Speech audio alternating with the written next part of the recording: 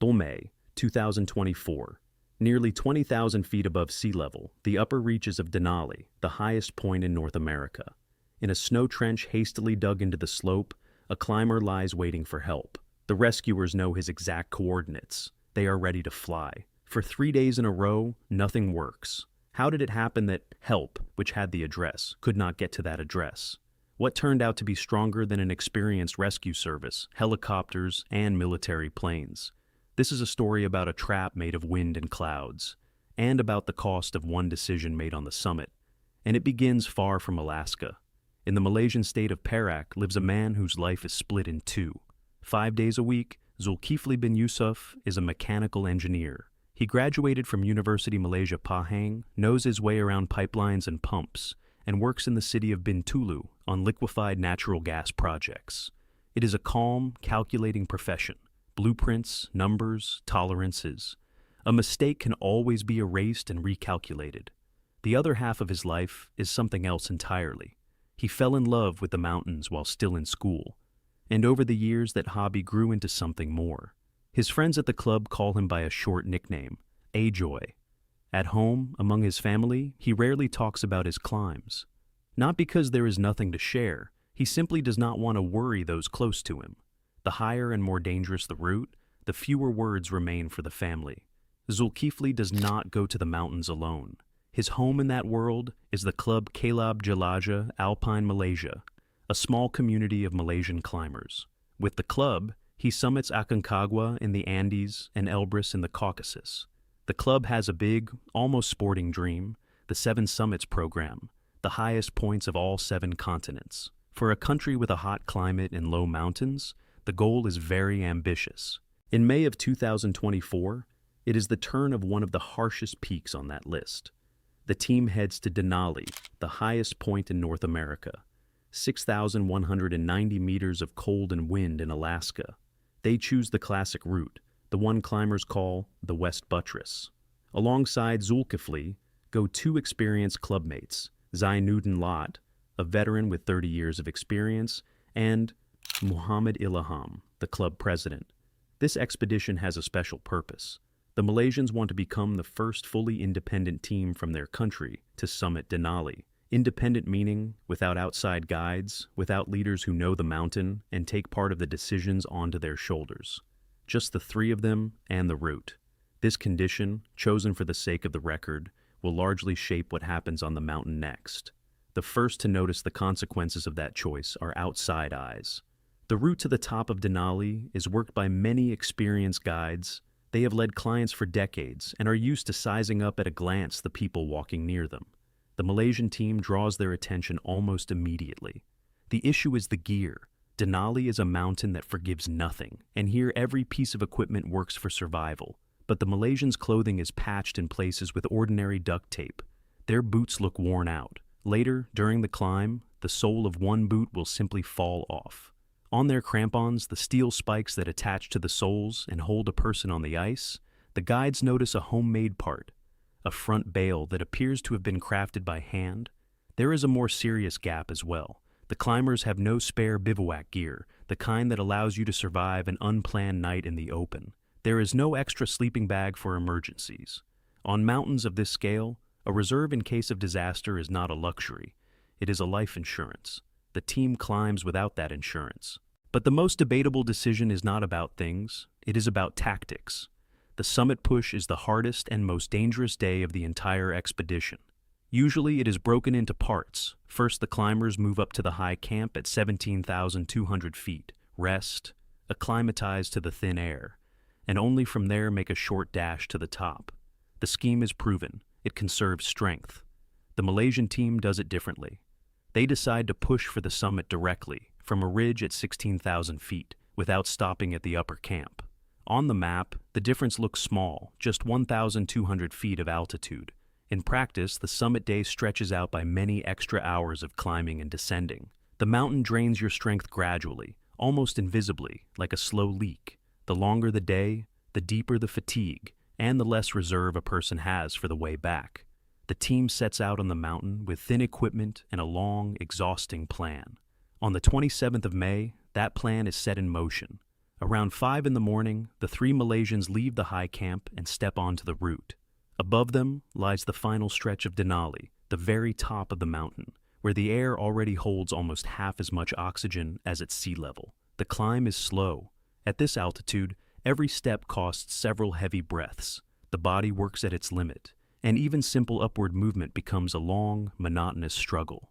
The hours stack on top of one another. Morning passes into day. Day tips toward evening, and the team is still climbing.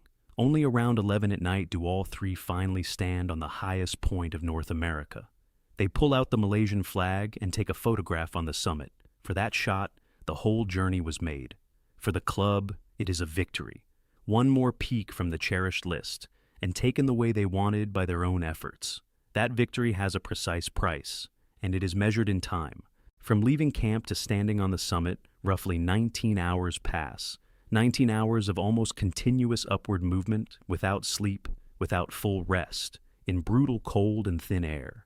This is not the short push that proven tactics recommend. It is a marathon at the edge of endurance, one the team set up for itself, with its long plan. And here lies the main danger of the mountain. The summit is not the finish line. It is only the upper point of a route that still has to be descended. The way down from Denali is just as long and dangerous as the way up, and requires no less strength and attention. But the team's strength is almost gone. The work above has left a fatigue that cannot simply be endured. The three stand on the summit late in the evening of the 27th of May. They have the photo they needed, they have the goal they reached, and they have almost no reserve left. Ahead lies the entire long descent. The descent should begin at once, but it does not. Right on the summit, in those very minutes when the team should be turning back, something happens to Zulkifli that every climber at altitude fears. His body begins to lose heat faster than it can produce it. This is called hypothermia, a condition in which the body gradually stops coping with the cold. His partners understand what is happening and try to help. They wrap Zulkifli in emergency blankets, the thin, shiny foil that reflects heat back to the body. For about an hour, the two clubmates work on him right there on the summit, in the wind, trying to warm him up and get him on his feet. An hour passes, and nothing gets better. The hypothermia has gone too far, and the blankets can no longer handle it. Time at this altitude is life itself. Every minute up there drains the strength of all three, and the longer the team stays in one place, the worse the overall situation becomes. Around midnight it becomes clear. Zulkifli will not be able to come down on his own. He asks his teammates to call for help. At 1 in the morning on the 28th of May, the rescuers on Denali receive a signal. It is an SOS sent from a small satellite tracker, a device the size of a palm that can send short messages from anywhere on the mountain. The signal goes out practically from the summit itself, from the highest point on the continent. As an emergency contact, Zulkifli had listed his sister. Now, the short call for help flies from the satellite both to the rescuers and to his family in Malaysia. The connection still holds. At 3:30 in the morning, the last active message from the team arrives. The climbers write that they will try to come down a little lower, to a wide snow plateau here called the football field. It is a plan, and for now, it sounds reasonable. Then the tracker falls silent. New data stops coming in, the dot on the map freezes in one place. The rescuers know where the team is. What is happening to it, they no longer know. Below, in the town of Talkeetna, rescuers are already preparing to move up to the team, while an anxious silence stretches across the summit. Denali has its own rescue service, and that service has one main tool, a helicopter capable of working at high altitude.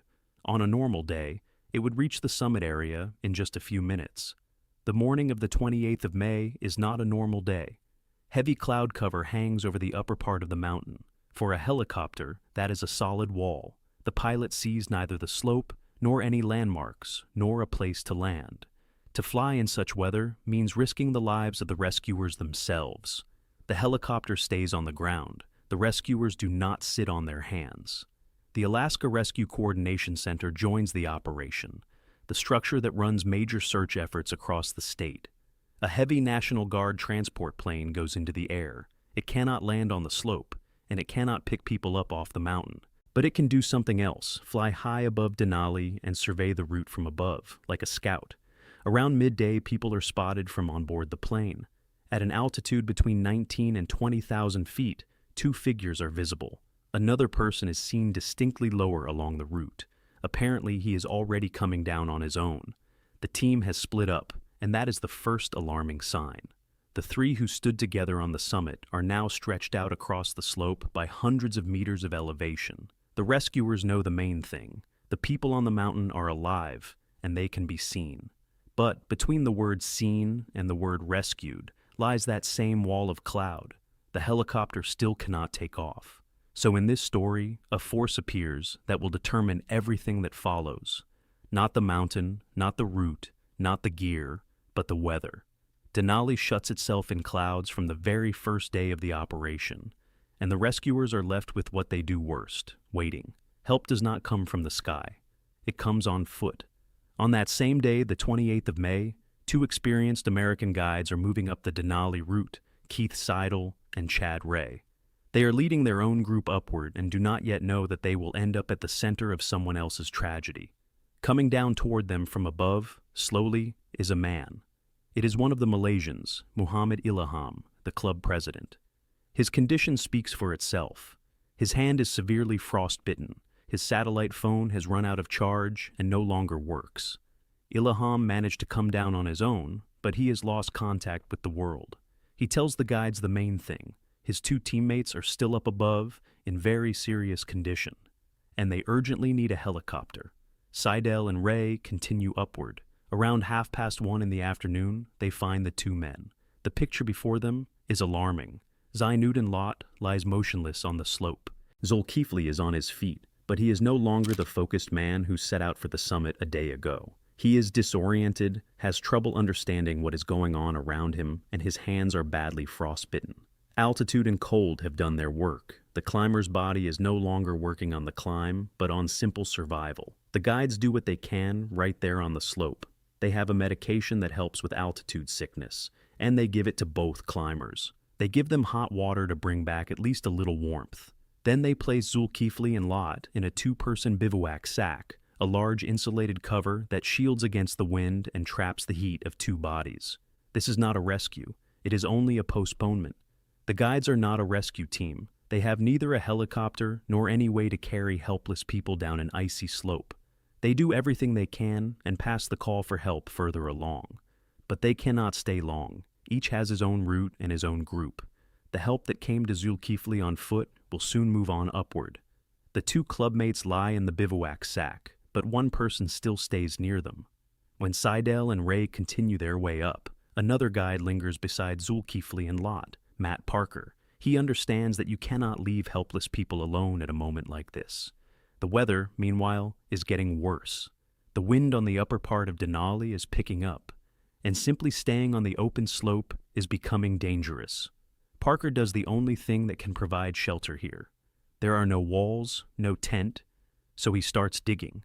Out of the snow, he carves a hollow, a narrow trench you can hide in from the wind. It is this shelter that will later be called a snow cave.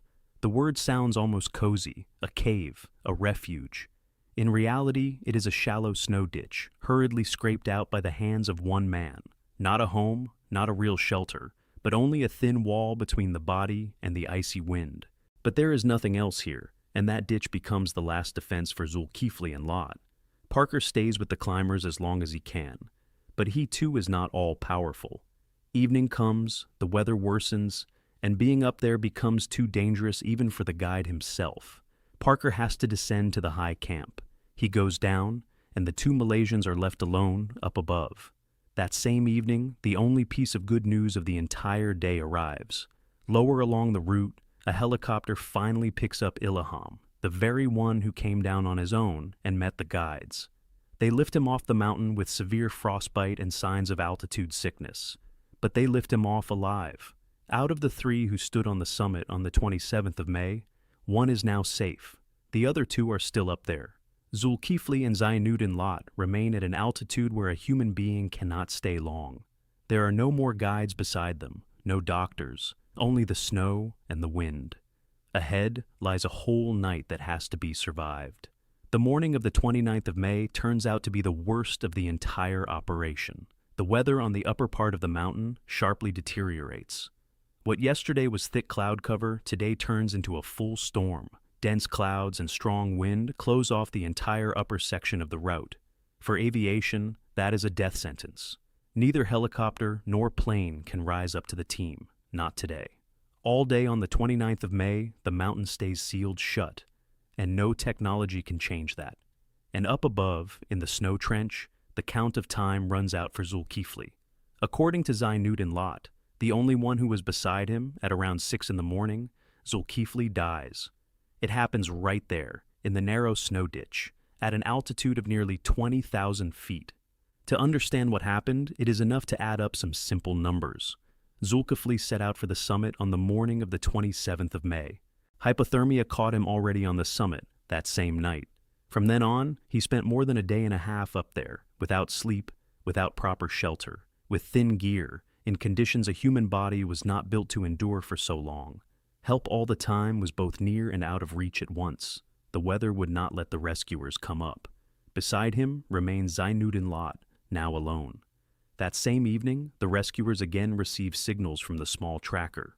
Several short messages in a row, coordinates, so the rescuers know the exact place, a request for help, and a warning that is unsettling to read. The device's battery is almost dead. The tracker was the thin thread tying the man on the mountain to the rest of the world, and that thread is about to snap. Down below, the rescuers know where Lot is. They know he is still alive and calling for help. But between them and him stands the same shut mountain. The third day of waiting begins. The 30th of May brings no change. Clouds and wind still keep the top of Denali sealed, as if the mountain has decided to let no one come near. The rescuers are ready, the aircraft are fueled, the teams are assembled, the route is known down to the meter. But readiness means nothing until the sky opens up. And what begins is the hardest thing in any rescue operation: the waiting. All day, the helicopter and the ground crews stay on standby, that is, in full readiness, but with no possibility to act. People sit beside their gear, watch the weather reports, and do not move from their spots. Somewhere up above, in a snow ditch, one man has been waiting for them now for 3 days. Below, other people are ready to come to him right this minute. Between them lie only a few kilometers and a wall of wind that cannot be broken. Only late in the evening does a crack appear in that wall. The weather backs off a little, and a short window opens up, a few minutes when a flight becomes possible. The rescuers do not let the chance slip. A high-altitude helicopter rises toward the upper part of the mountain. It still cannot land on the slope or pick the person up. The window is too narrow, the wind too strong, but the helicopter does what it can manage. Near the snow shelter, it drops a bag of emergency gear, supplies, and warmth. Everything that might help hold on a little longer. And at that moment, the pilot sees the main thing. Down below, by the trench, a man is standing. He is alive, he is on his feet, and he is waving at the helicopter. It is Zainuddin Lot. After 3 days on the mountain, he is still holding on and signaling that he is waiting for help. For everyone following the operation, this is both relief and pain at once. One of the two is alive, but picking him up today is still impossible. The wind has not eased enough to lift a person on a cable. The helicopter goes back down, leaving behind a bag of supplies and a lone figure by the snow ditch. Several more hours of darkness lie between him and a real rescue. The morning of the 31st of May meets the mountain differently from all the days before. The wind weakens, the clouds part. The rescuers do not wait for full certainty. The moment hope appears, a pilot and a ranger lift off to check the weather over the upper part of Denali with their own eyes. The weather holds. Around 7 in the morning, for the first time in 3 days, the helicopter can come right up to the snow plateau. After 78 hours of waiting, the rescuers finally have that window they needed, not a short crack, but a real chance to work. Lifting a person from such an altitude is no easy task. The helicopter cannot land beside him, so a different technique is used, a rescue basket on a long cable. The aircraft hovers in the air, while the basket is lowered down to the man on the slope. And here is an important detail. Zainuddin Lot climbs into the basket himself. After 3 days on the mountain, exhausted, frostbitten, he finds the strength to make that movement without outside help. He is lifted up, carried across, lowered to base camp at the foot of the mountain, and from there handed over to medics. One person has been rescued. On the snow plateau, one more remains. When the rescuers reach the shelter, they find what the silence of the tracker had already told them. Zulkifli is dead. By their estimate, death came about 2 days earlier, exactly at the moment Lot had described. That same evening, the helicopter returns to the trench once more. By the same method, on a cable, Zulkifli's body is lifted off the mountain. The mountain that for 3 days would not let help reach him finally lets him come down. On the 1st of June, he is brought to a hospital in the city of Anchorage. The rescue operation is over. It lasted almost 4 days and ended the way not all stories in the mountains end, half finished.